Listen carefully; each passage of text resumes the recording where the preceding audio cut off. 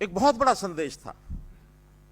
नहीं तो हम देखते हैं गुरु परंपरा में मठ स्थापित हो जाते हैं, कुछ वर्षों तक बहुत अच्छी परंपरा चलती रहती है, अचानक कभी कोई काल आ जाता है, वो मठ विवादों के घेरे में आकर के और धराशायी हो जाते हैं, विचार चलना ही बंद हो जाता है। लेकिन ये स्थायित्व, ये जो विचारधारा का इस रूप में दिया, धन्य है उनकी सोच जिन्होंने ये सारा काम किया। मेरा कहना यह है कि आज हमारा दायित्व बनता है कि ऐसे महापुरुषों की सबकी विचारधारा को प्रसार करने के लिए हमको आगे रहना चाहिए। सरकार अपने ढंग से योजनाएं बनाएगी, लेकिन केवल सरकार के करने से सारे काम नहीं होते। सरकार से अपेक्षाएं होती हैं, विकास करो, कुछ स्कूल खोलो, अस्पताल खोलो, सड़कें बनाओ, लेकिन समाज के परिवर्तन में बड़ा दायित्व सामाजिक संस्थाओं का ज्यादा होता है। समाज कहीं कुरीतियों में ना घिर जाए, उसकी दिशा ठीक बनी रहे, आदतें ठीक बनी रहें, तो ये काम सब समाज को मिलकर करना होता है। हालांकि हमने इसकी एक शुरुआत की है 2 साल पहले, एक योजना बनाई, उसका नाम रखा है संत महापुरुष विचार प्रसार योजना।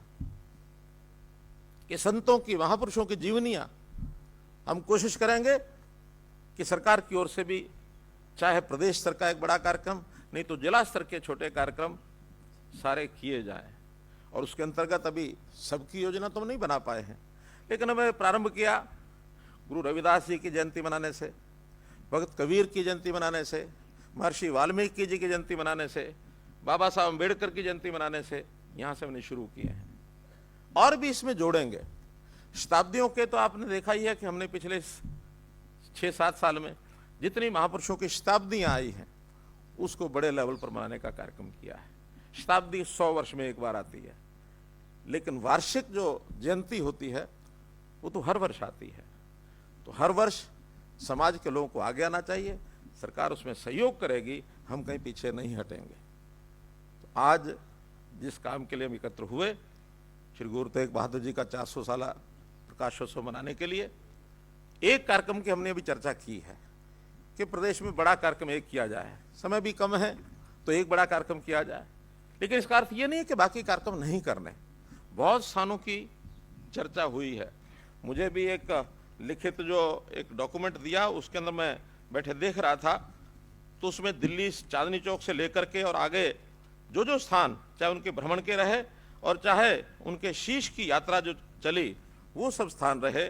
जैसे बड़ खालसा की बात आई है, खुशहाल सिंह जी की बात आई है, वहाँ एक म्यूजियम, एक स्मारक बना है, लेकिन कोई बड़ा स्थान कोई ना कोई उनकी यादगार के रूप में वहाँ बनाया जाए, ऐसा जो विचार आया है।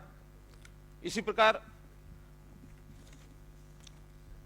बड़ खालसा के बाद जैसे दमतान साहब का, जींद जिले में दमतान साहब, ये उनके एक प्रकार से स्थान महत्व का है जहां वो गए हैं।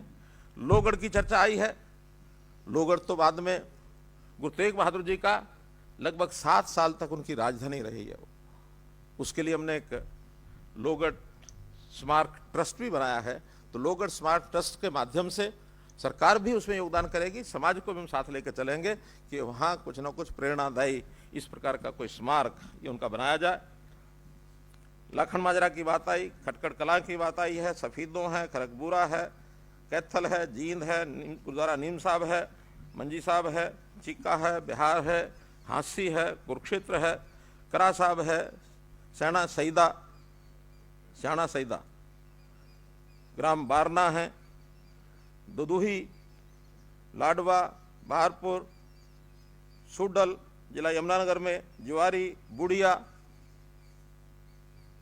लखनौर साहब, पीर बुद्धू शाह, सढोरा, गांव लंगर छन्नी, ननेड़ी, ये ऐसे स्थान हैं जिसका बहुत छोटे छोटे, जैसे बताया हमारे पावा साहब ने, कि और बहुत छोटे छोटे ऐसे स्थान हैं जिसका उल्लेख शायद इस डॉक्यूमेंट में नहीं है, लेकिन इतिहास में लिखा है, सब चीज़ें लिखी हैं।